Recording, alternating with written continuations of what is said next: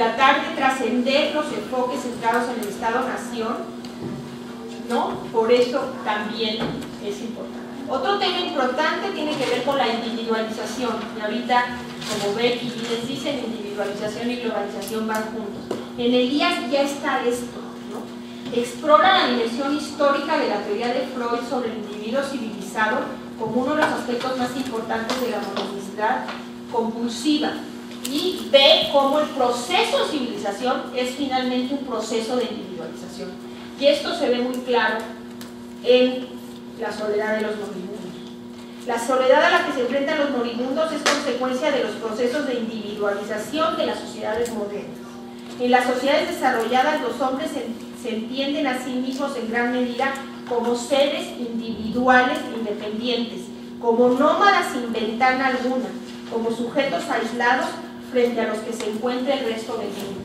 Entonces, la soledad de los moribundos es finalmente un resultado del proceso de individualización. Otro tema importante, por lo que se vuelve vigente Elías, es la perspectiva de género, el análisis de la familia, lo público y lo privado. La obra de Elías contrasta con la de gran parte de los sociólogos del siglo XX, que durante mucho tiempo no tomaron en cuenta dentro de sus categorías de desigualdad social el análisis de los vínculos asimétricos de poder entre hombres y mujeres. Y Elías sí lo toma en cuenta y tiene un texto específico sobre eso. En el proceso, Elías relaciona el análisis de la civilización a los análisis de emancipación de las mujeres. Estudia el surgimiento del amor romántico, como esto es un invento de la sociedad moderna, como un culto ideal que es resultado de los desarrollos de autocoacciones que inhiben la espontaneidad, el apego a las buenas maneras. ¿Sí? Otro tema importante es la cuestión de las élites, la estratificación social y la vida cotidiana. Las teorías de Elías pueden ser muy importantes como punto de partida para llevar a cabo un análisis sociológico de las élites. Y aquí en otro artículo, en un artículo que tengo que se publicó en este país sobre México, sobre cómo puede Elías ayudar a la sociología mexicana, yo digo un poco esto, o sea, que nuestro análisis sociológico y politológico ha sido muy institucional o de movimientos. Y yo no digo que esto esté mal, pero creo que es hora de también ver otras cosas. ¿Cómo sabemos más de los políticos o de los partidos políticos? Estudiando su estructura, estudiando la estructura del gobierno, o viendo cómo se reúnen empresarios políticos y líderes sindicales y miembros de los partidos en el restaurante más elegante que yo llamo PowerPoint. Puntos de poder. ¿Por qué no hacemos una sociología de cómo se come ahí, cómo se comporta? Esto que hace Elías, o sea, sociología de la vida. A ver, hacer un análisis de esto, quién se encuentra, en dónde se sientan, cómo saludan. Ya se acabó el saludo primista, sí, ahora cómo saludan los panistas. ¿Cómo saludan los del PRD? ¿Saludan igual o saludan diferente? ¿Qué pasa en estos espacios de poder que han sido tan poco estudiados? ¿Qué nos indican las salas de espera? ¿Todavía hacen los políticos para sentirse poderosos 6 horas de espera, como hacían antes, entre más te espero, más poderoso eres? ¿O ya se volvieron eficientes? Y ya, ¿qué diferencia hay si me cita un político o un empresario en su oficina o si me invita a comer? Pues ya hizo la diferencia. Estos hábitos que hablan de poder cotidiano, de una sociología del poder cotidiano, aquí seguramente Luis tiene mucho que pensar en relación a estos hábitos del poder cotidiano, de la forma de comportarse, porque es lo que Elías hace, cómo se comportan, ¿no? Entonces hay mucho que decir. Y luego tiene entonces la vida cotidiana, las posibilidades de estudiar la estratificación social a partir de esto, de lo que ocurre cotidianamente, no solo de las instituciones y de los movimientos sociales y de las organizaciones y de las establecidas, de cómo nos comportamos en la universidad, qué papel le damos a esto, qué implica los rituales modernos o las presentaciones del libro, qué implica si uno no va a la presentación o si va a la presentación, cómo se saludan. cómo se difunde, es como un nuevo hijo, o sea, todos los rituales que nosotros también tenemos en la vida académica y que tienen que ver con el ejercicio muchas veces del poder o del prestigio. Sociedad y deporte, otra cuestión fundamental que en México apenas empieza a ser estudiada, pero que durante mucho tiempo no lo fue, a diferencia de otros países latinoamericanos como Argentina o Brasil, que lo han estudiado más. En Argentina hace muchos estudios se llama fútbol y patria, ¿no? Es bastante conocido. O sea, ahorita ya empieza a estudiarse todas las cuestiones deportivas, pero esto también es un fenómeno muy importante del mundo. Sociología del conocimiento, desde luego hay toda una beta del análisis de Elías sobre sociología del conocimiento. Sociología del arte, Elías tiene un texto bellísimo sobre Mozart, que se llama Sociología de un genio. Entonces, va estudiando a Mozart a través de las interrelaciones sociales. Entonces, ¿por qué Mozart no pudo ser como Beethoven? O sea, Mozart, la tesis de Elías es que Mozart quiso cortar con la corte, pero no era posible cortar con la música para la corte en esa sociedad de independencia que le tocó vivir. No había genios, los genios artísticos surgieron después con Beethoven, había músicos para la corte. Bueno, ahorita lo consideramos un genio, pero digamos, Elías muestra cómo Mozart se quiso separar de la corte y simplemente se dio grandes espaldazos que tuvo que regresar siempre a tocar en la corte, porque no había pasado el proceso de individualización que ya deja que existe un Beethoven, como esta figura del genio que produce para el público y todo lo extravagante de la figura de Beethoven que tiene que ver con el romanticismo. Entonces, ya. Bueno, y una concepción del ser humano, también hay una filosofía política que de alguna forma nos dice que los seres humanos somos esclavos, de cierta forma, de nuestras configuraciones. O sea, el poderoso es esclavo de su poder y de sus correlaciones en esta frase de nobleza obliga, ¿no? O sea, porque tiene que hacer una serie de hábitos, una serie de comportamientos para que lo dejen estar ahí. Pero ya es el tiempo final, ya es más que consideraciones, pues yo finales, pues creo que les dejo inquietudes, ¿no? Creo que les transmití mi pasión por eso. Creo que como todos los textos deben ser leídos críticamente, entonces Elías también debe ser sujeto de críticas. Una de las críticas que yo le hago, sobre todo comparando a Durkheim y a Weber, es que en sus análisis del proceso de civilización no están las religiones. Yo no puedo entender cómo puede hablar uno de la contención social y de la vergüenza y de la autocontención sin tomar el peso de la culpa religiosa. Entonces esta es una de mis grandes críticas, sobre todo conociendo las tradiciones sociológicas de Durkheim y Weber, que no está, o está muy vedado, un proceso de civilización que implica vergüenza, que implica autocontención y que no está en las religiones. Para mí es un grave defecto del texto. Otras cuestiones que yo considero que vale la pena, bueno, ya les dije que yo considero que casi todos sus textos que entran en un debate epistemológico y teórico son más débiles que sus investigaciones sociohistóricas, ¿no? Eso es una opinión personal. Yo veo más débil que es la sociología, que es un texto teórico, precisamente porque se rehúsa a entrar en controversia con los autores, y esos autores, y estos textos, pues necesitan decir cuál es mi posición frente a los otros, ¿no? Esas son una de las pues algunas críticas que, como todos los autores, hay que leerlos pasionalmente, pero hay que hacerles críticas. Y entonces yo cerraría con algunas de mis inquietudes y deficiencias que yo veo en un autor que tiene, por otro lado, mucho material para analizar la sociedad contemporánea. Gracias.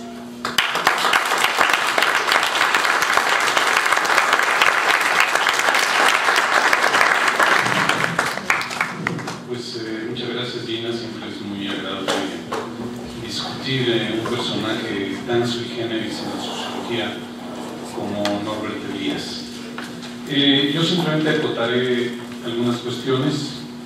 Efectivamente, falta, digamos, documentar la influencia de Elías en Brodel.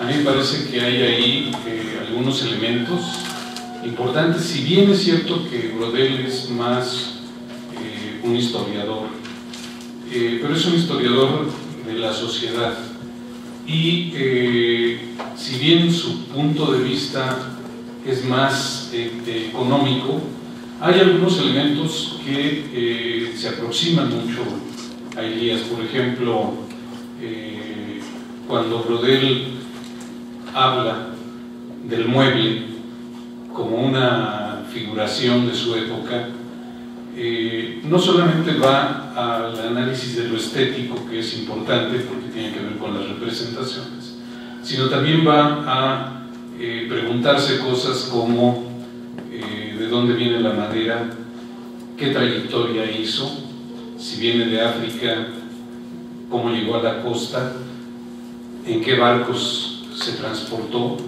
a qué puertos en Europa llegaron. Pero no solamente se queda en esta descripción de los tránsitos comerciales, sino en la técnica. Va a preguntarse cómo se talló, cómo se cortó, cómo se pulió, qué instrumentos técnicos se utilizaron para esto, cómo evolucionaron las herramientas, si tienen herrajes, si estos herrajes son decorativos o son funcionales, y cuáles son los usos del mueble.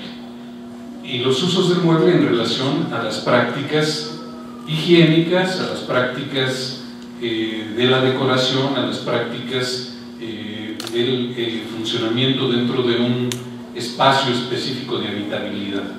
Entonces hay ahí quizás algo que habría que trazar en el sentido de reconocer la influencia de Elías en Brodel.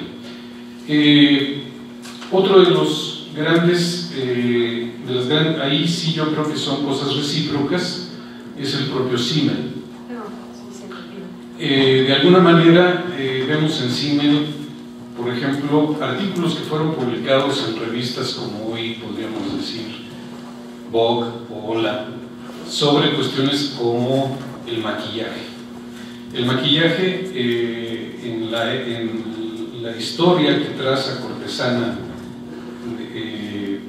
Elías, es indudable que no solamente están las pelucas, que además son polveadas, ¿no? Es decir, no solamente es la peluca, sino que hay que agregarle talco, sino lo que es la decoración del rostro y la relación que tiene el maquillaje con la coquetería, y también el uso de los perfumes y los lenguajes que hay en los perfumes, ¿no? Valía no bañarse, pero sí perfumarse, por ejemplo, ¿no? Que tiene que ver con los hábitos higiénicos. Otro personaje que me parece importante destacar es Bloch, que también de alguna manera tiene expresiones que están en Simmel, en Elías, que son quizás más profundamente históricas, ¿no?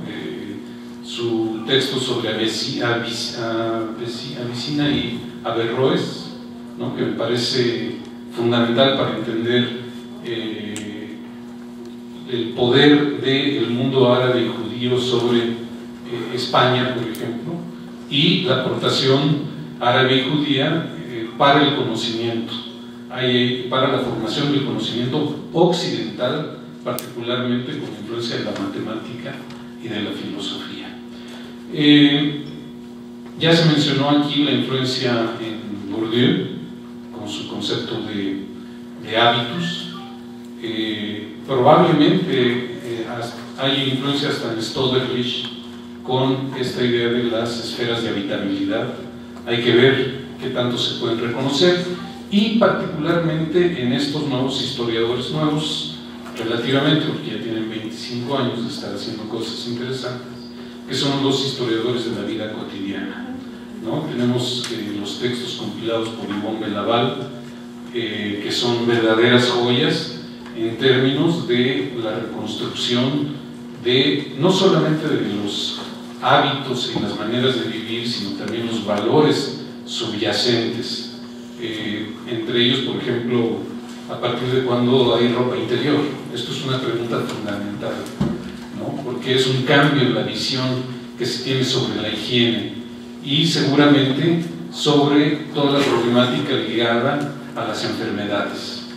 Entonces hay ahí pues toda una serie de aportaciones en Elías que todavía no alcanzamos a reconocer plenamente, pero que se irán abriendo en el sentido de la preocupación de académicos como Gina, que tienen un interés centrado en este personaje, que pues desde mi punto de vista no fue tan solitario, porque hay resonancias, y me parece que esas resonancias forman un acompañamiento en el estudio de una época que, por ejemplo, el concepto de figuraciones, pues no sé si alguno lo sepa, pero el primero que habla de figuraciones es Hegel, y clasifica una serie de figuraciones filosóficas, pero que en estricto sentido lo que quiere decir es que a veces uno tira los dados, que pueden ser un conjunto de dados, y si nos damos cuenta se forma una figura, pero además hay una especificidad de los números que caen. Entonces hay una configuración. Así también se pueden analizar las sociedades, es decir, cómo están acomodados, en qué forma y bajo qué figura los actores sociales e institucionales que permiten revelar una configuración en su momento. Y una sucesión de configuraciones pues ya nos da una historia. Y yo creo que de alguna manera estos antecedentes pues también cuentan. En fin, yo quería simplemente señalar estos elementos que me vienen a la cabeza y enseguida pues damos paso a... Vayan un poco por fertilismo político en Estados Unidos, me parece. Y quisiera saber si hay alguien anterior que empieza a unificar esta acción individual o bindisocial, y ahorita ya nos parece como muy común hablar de indisocial, ¿no? O de bindiferenciación, o de que el individuo y la sociedad y al mismo tiempo se crucen. ¿Y qué usted y el doctor, qué pensarían que viene ahora, ¿no? Con esta era tal vez virtual, tal vez hiperindividualizada, o tal vez hipersocializada, o no sé, o líquida o densa, o amorfa. ¿Qué es eso? Si no hay otra pregunta, pasamos a la respuesta. La primera pregunta es un gran reto, ¿no? ¿Qué viene?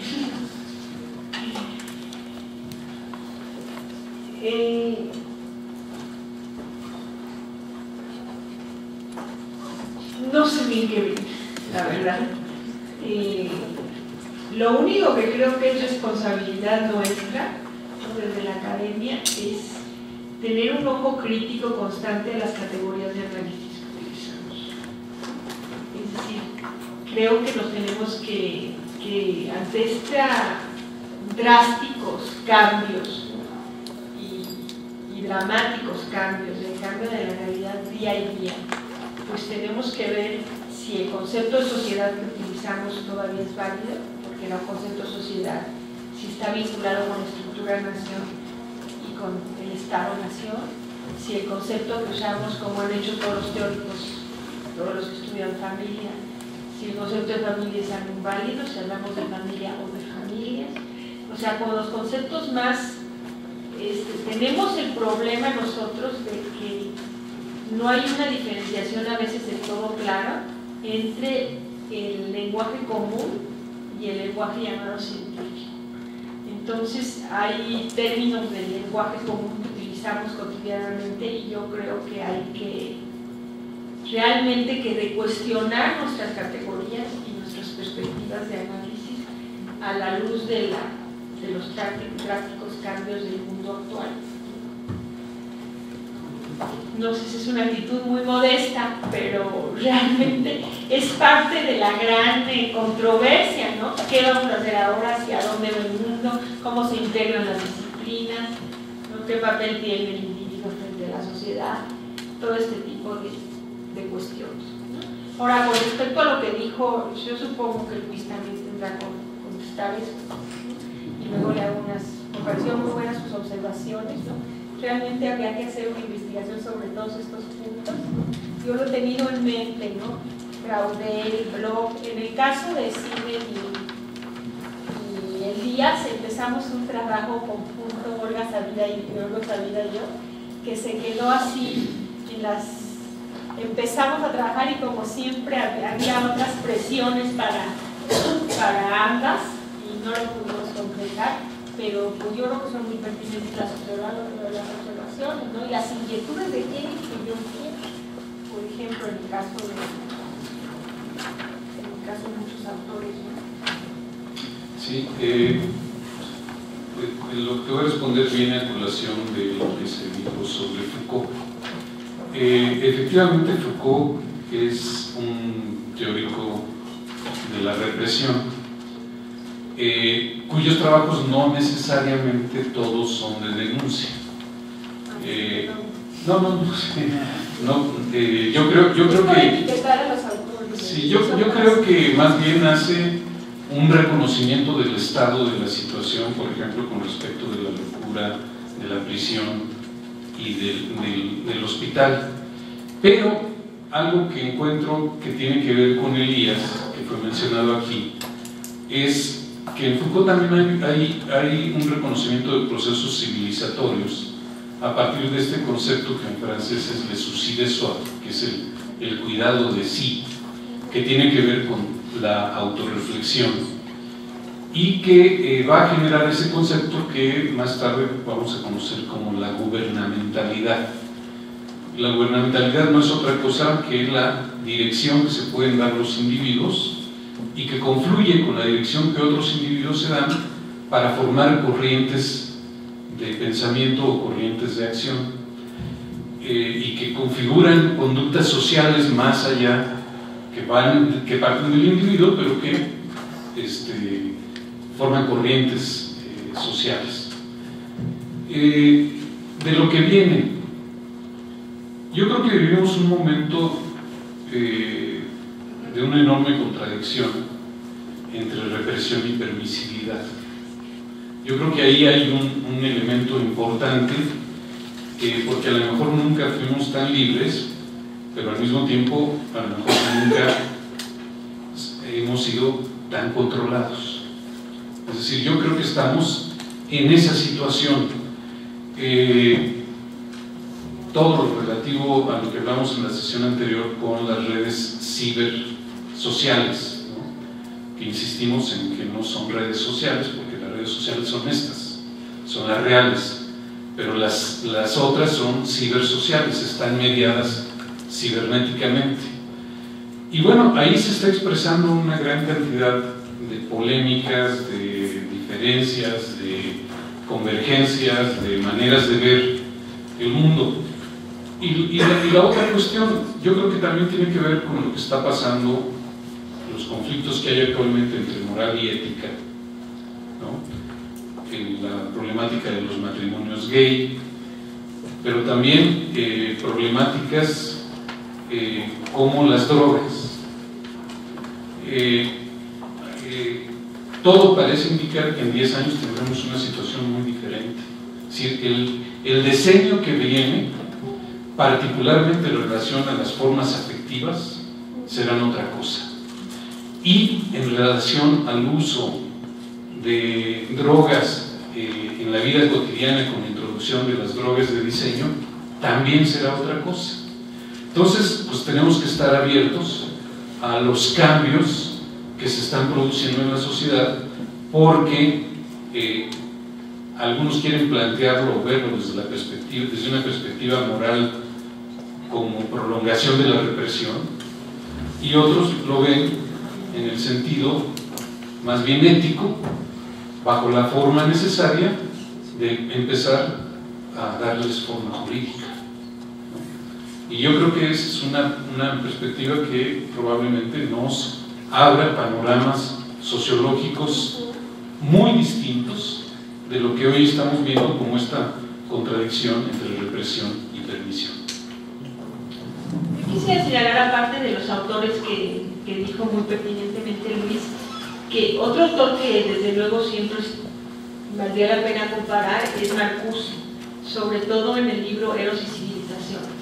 Está esta idea, también retomado de Freud, de la vinculación entre la represión y la civilización.